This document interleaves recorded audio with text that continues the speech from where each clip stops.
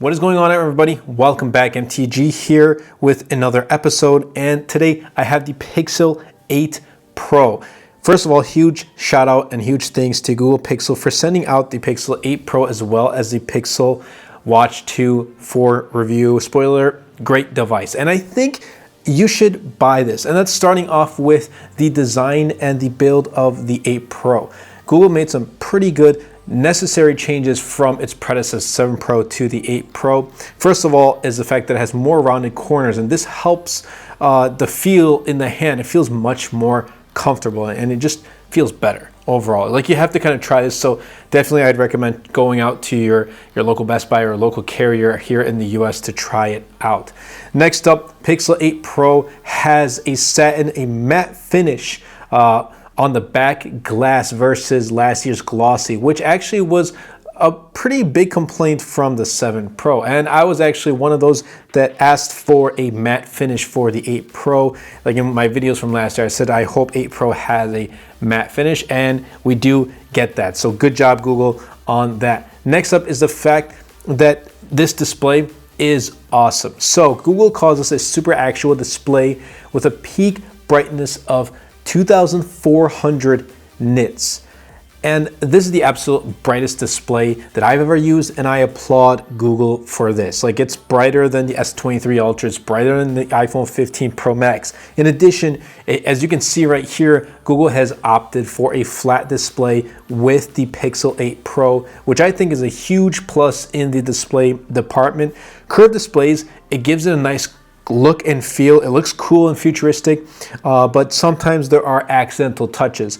Now, there are users who don't go and have those accidental touches. Like, it just doesn't, they don't experience it. But for me, I have experienced it, whether it was just a little or on some devices, depending on how curved the display was, it was quite frequent.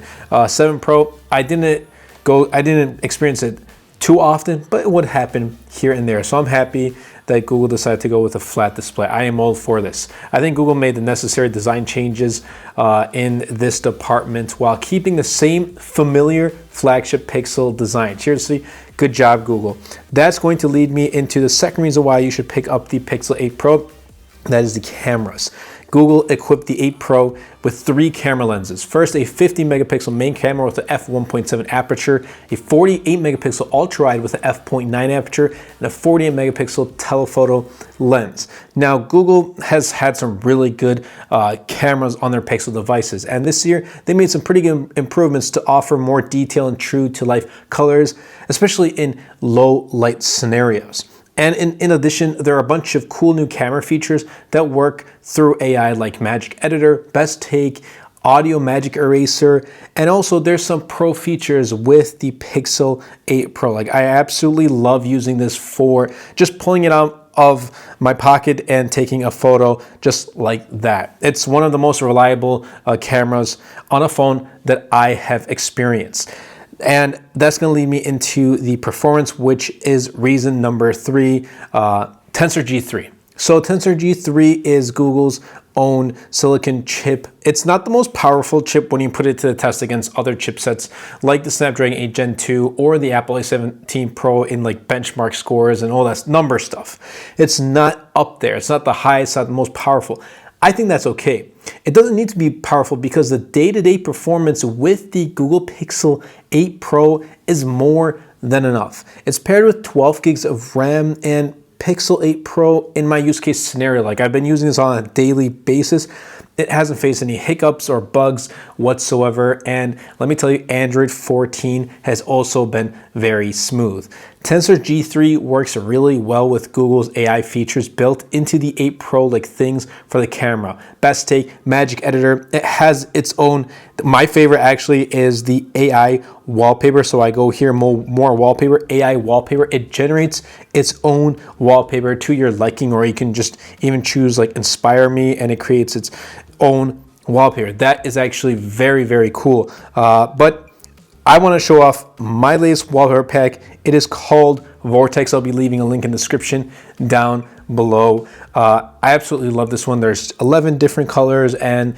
they look really well with your Android device or with your iPhone. Definitely be sure to check it out.